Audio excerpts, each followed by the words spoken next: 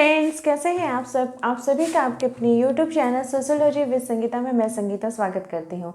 हम लोग सोशियोलॉजी का जो क्लास है उसमें ये मॉर्निंग का क्लास है 6 AM का, और हम लोग यहाँ पे सोशियोलॉजी के प्रीवियस ईयर के कुछ MCQs को देखेंगे उसके डिटेल्स एक्सप्लेनेशन में।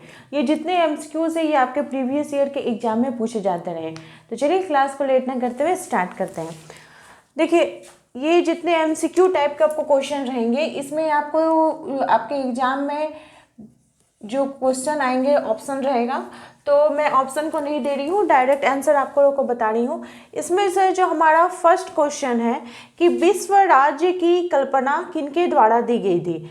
तो विश्व राज्य की जो कल्पना है श्री अरविंद जी के द्वारा दी गई थी। उन्होंने विश्व राज्य के बारे में क्या बताया है उसको हम लोग देख लेते हैं कि विश्व राज्य क्या है। एक स्वतंत्र राज्य का संघ होगा जिसमें कि जो दासता या असमानता का कोई नामो निशान यहाँ पर नहीं रहेगा। विश्व राज्य में कोई भी दास नहीं, कोई भी असमान नहीं रहेगा, और साथ ही साथ उनको जीवन यापन करने के लिए महत्वपूर्ण अवसर प्राप्त होंगे, उनको सुलभ सुविधाएं दी जाएंगी और सभी को बराबरी का स्तर प्रदान किया जाएगा विश्व राज्य के अंतर्गत। ठीक है, हमारा नेक्स्ट क्वेश्चन है कि किसने कहा है कि समस्त धर्म एक ही उद्देश्य की ओर ले जाने वाले विभिन्न मार्ग हैं। यह कथन किसका है। देखिए, कथन आपसे एग्जाम में पूछा जाता रहेगा। तो ये जो कथन है कि समस्त धर्म जो है उनका उद्देश्य एक ही है, और वो क्या है कि वो विभिन्न मार्ग हो सकते हैं लेकिन उनका उद्देश्य एक ही है। तो ये जो कथन ये महात्मा गांधी जी के द्वारा दिया गया था। उन्होंने महात्मा गांधी जी ने सर्वधर्म को समान माना है, और इस अर्थ में वे बताते हैं कि सभी धर्मों का जो लक्ष्य है वो एक ही है, अर्थात परम सत्य ही सत्य जो है वही धर्म की प्राप्ति है। चाहे इस परम सत्य की अगर हम बात की जाए तो विभिन्न धर्म हो सकते हैं, उनके अपने अलग अलग रीति रिवाज हो सकते हैं, प्रथाएं हो सकती है, लेकिन अगर उनके उद्देश्यों की बात की जाए तो सबका उद्देश्य एक ही है। हमारा देखिए नेक्स्ट क्वेश्चन पूछ रहा है कि प्रदर्शनात्मक उपभोग की जो व्याख्या है, ये जो बात है किनके द्वारा दी गई, ये क्या है। तो प्रदर्शनात्मक उपभोग जो है उसे अव्यक्त प्रकार्य बोला जाता है। अब हम लोग देखते हैं कि प्रदर्शनात्मक उपभोग किसको कहा जाता है। तो प्रदर्शनात्मक उपभोग दिखावे की एक प्रदर्शन करना यानी दिखावा करना की एक प्रवृत्ति से जुड़ा होता है। इसके पीछे कोई निश्चित उद्देश्य न होता है। अव्यक्त प्रकार के अंतर्गत ये आ रहा है, इसका कोई निश्चित उद्देश्य नहीं होता है, तथापि व्यक्ति को फिर भी समाज में अपनी जो प्रतिष्ठा प्राप्त होती है उसको क्या करता है, वह दिखाता है, मान्य होता है, वो उसके अनुसार कार्य करता है। तो उसके अंदर जो दिखावे की प्रवृत्ति आ जाती है उसे प्रदर्शनात्मक उपभोग कहा जाता है। हमारा नेक्स्ट क्वेश्चन है कि बेहतर समूह एकता संघर्षों के माध्यम से गलतफहमी दूर होने से होती है। क्या बोल रहा है कि जो बेहतर समूह की बात की जा रही है कि कब होता है, जब हम एकता के साथ रहें और हमारे बीच कोई संघर्ष ना हो, हमारी गलतफहमी दूर हो जाए, तभी जो वो बेहतर समूह की बात की जा रही है बेहतर समूह हो सकता है। तो ये कथन किसका है, ये सीमेल महोदय जी के द्वारा ये कथन दिया गया है कि अगर व्यक्ति बेहतर समूह के अंतर्गत रहता है, वो समूह क्या होता है, समाज क्या है, समाज में संघर्ष विद्यमान है, प्राचीन काल से ही संघर्ष होते आ रहा है। तो सीमेल महोदय के अनुसार संघर्ष दो विपरीत स्थितियों के बीच होता है, उनके बीच जो समाधान, उनमें सहयोग की जो भावना होती है उनके प्रकार से होता है। तो अगर संघर्ष को हम कैसे कम कर सकते हैं, उनके बीच एकता को लाकर कर सकते हैं। उन जो भी आपसी जो दो दल हुए हैं उनके संघर्षों को अगर उनके बीच एकता को लाया जाए तो वो संघर्षों को दूर किया जा सकता है। हमारा नेक्स्ट क्वेश्चन है कि परिवार का उत्पत्ति का पितृसत्तात्मक सिद्धांत किनके द्वारा दिया गया है। तो परिवार जैसा कि हम लोग सभी जानते हैं पितृसत्तात्मक यानी पिता से जो परिवार की जो वंशज चले आते हैं उन्हें पितृसत्तात्मक बोला जाता है, माताओं के वंशजों को बोला जाता है मातृसत्तात्मक। तो ये बात किनके द्वारा की गई थी, तो सन हेनरी मैन के द्वारा इस बात को बोला गया था। तो वे अरस्तु जो थे वो सबसे पहले उन्होंने बात की थी, प्लेटो ने भी बात की थी, वो प्राचीन जो ग्रीक के समाजशास्त्री, यहूदी समाजशास्त्री थे, उन्होंने परिवारों के बारे में बताया था।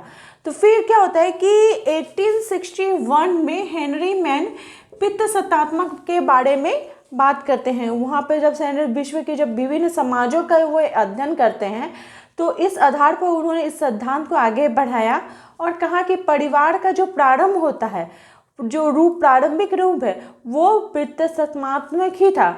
वो उसको पितृवंशीय या इस प्रकार से भी नाम से जाना जाता है। हमारा नेक्स्ट क्वेश्चन है कि एकांतिक नाभिकीय परिवार ये क्या है। देखिए सोशियोलॉजी में वर्ड की पकड़ बहुत जोड़ी है। वर्ड अगर आपको समझ में आ गया तो ये बहुत ही ज़्यादा इजी हो जाता है।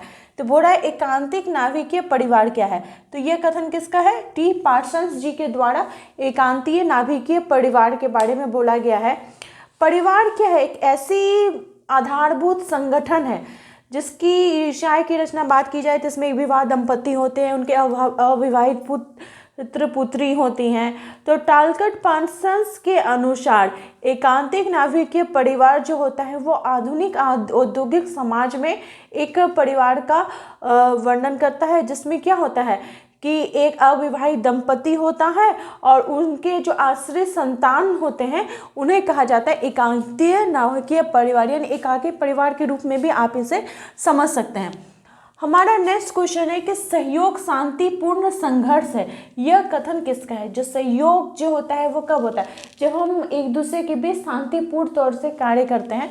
तो ये जो कथन ये ग्रीन महोदय जी के द्वारा दिया गया है कि सहयोग क्या है, एक शांतिपूर्ण सहयोग है जिसके द्वारा क्या होता है कि एक व्यक्ति या व्यक्तियों का समूह जो होता है वो सामान्य रूप से अपने उद्देश्यों की प्राप्ति करता है, लक्ष्यों की प्राप्ति करता है और संयुक्त रूप से प्रयास करता है कि उन कार्यों को वो पूरा करे।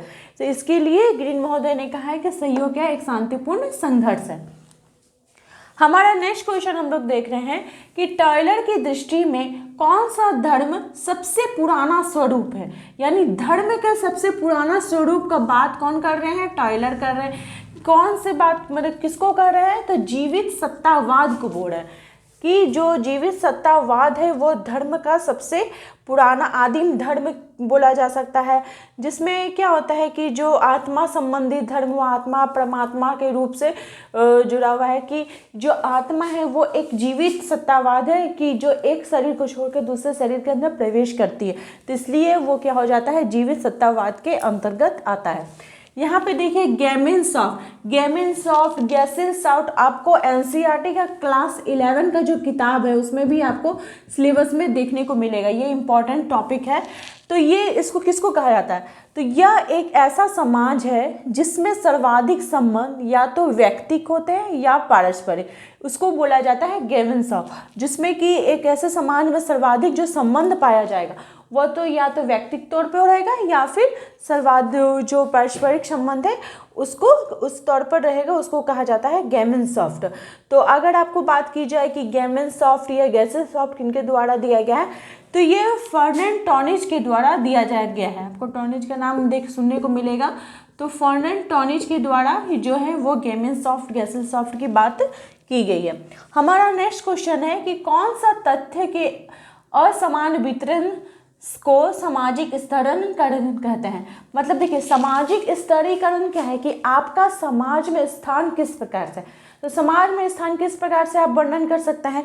एक जाति के आधार पर समाज में ऊंच नीच की भावना रहेगी, दूसरा शक्ति के आधार पर, यानी आपके पास वही जाति के अंतर्गत धर्म संप्रदाय ये सभी शक्ति के अंतर्गत आ जाएंगे। फिर आपका प्रतिष्ठा, यानी आपकी शिक्षा किस प्रकार से है। अगर आप अच्छा शिक्षित होते हैं, ऑफिसर बनते हैं, तो आपका समाज में स्थिति ऊंची रहेगी। अगर आप लेबर रहेंगे, अनपढ़ रहेंगे, तो समाज में आपकी परिस्थिति जो रहेगी वो नीचे रहेगी। और एक है पुरस्कार के तौर पर, पुरस्कार के रूप में भी समाज में जो समाजीकरण की स्तरीकरण है उसका वर्णन किया जाता है। हमारा नेक्स्ट क्वेश्चन है कि लेवीरेट क्या है। लेवीरेट से आप क्या समझते हैं, ये जो नाम देख रहा है ये लेवीरेट क्या है। तो लेवीरेट होता है जिसमें मृत पति के भाई तथा उसकी विधवा से स्त्री से जो विवाह होता है उसको लेविट करते हैं। मतलब एक परिवार में अगर बड़े भाई की मृत्यु होगी, ये छोटा भाई अगर शादी कर रहा है उसके अपनी भाभी से, तो उसको लेवीरेट बोला जाएगा। तो आई होप आपको ये क्वेश्चन बहुत अच्छी प्रकार से समझ में आ गए होंगे। आप प्लीज़ इस क्वेश्चन को नोट डाउन भी करते जाएं, और ये जितने क्वेश्चन आपको करवाए जाएंगे आपके सोशियोलॉजी बेस्ड जो एग्जाम है उसमें आपको बहुत ही ज़्यादा हेल्पफुल रहेंगे। तो मेरे चैनल के साथ बने रहने के लिए आप सभी का धन्यवाद।